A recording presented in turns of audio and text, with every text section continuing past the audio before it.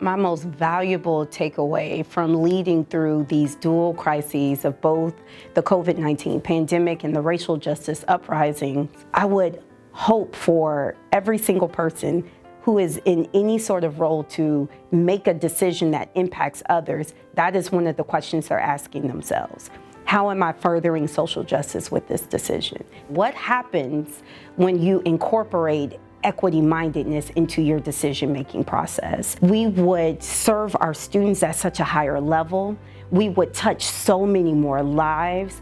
We would eradicate so many barriers that keep people from reaching the fullness of their potential. If every higher education leader thought about that in a crisis, I need to be responsive, but let me start with equity. We live in a different world. My name is Marvin Pratt. I'm the Director of Environmental Health and Safety at Chico State. When the EOC is activated, I serve as the Safety Officer and also as the Emergency Operations Center Coordinator. Today we're talking about the Camp Fire of 2018. On campus directly, we had over 300 people who lost their homes. The Emergency Operations Center gathers information on the incident, gives it to the President and the Cabinet so they can make decisions and set goals, and the EOC puts them in place. This is a continuous cycle, and the importance of strong leadership is key. It's easier when your President and Cabinet have experienced disasters, and unfortunately ours has gone through many, but they're very good at what they do.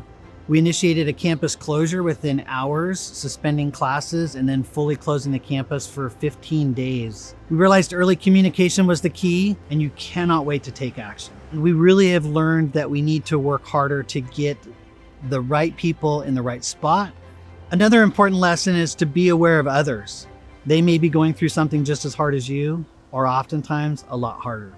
There's lessons from the pandemic for sure in terms of, a focus on health and safety, that we shouldn't take that for granted. As we emerge from this, to really look at the robustness of our environmental health and safety teams to make sure that they have what they need.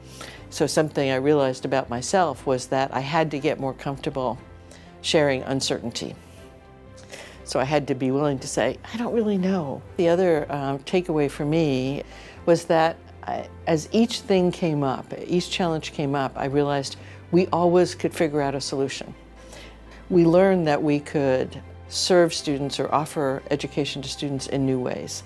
And I think that's going to be vital as the audience for education increasingly is older, more diverse, less affluent. And the pandemic gave us a kind of crash course in that we could do that.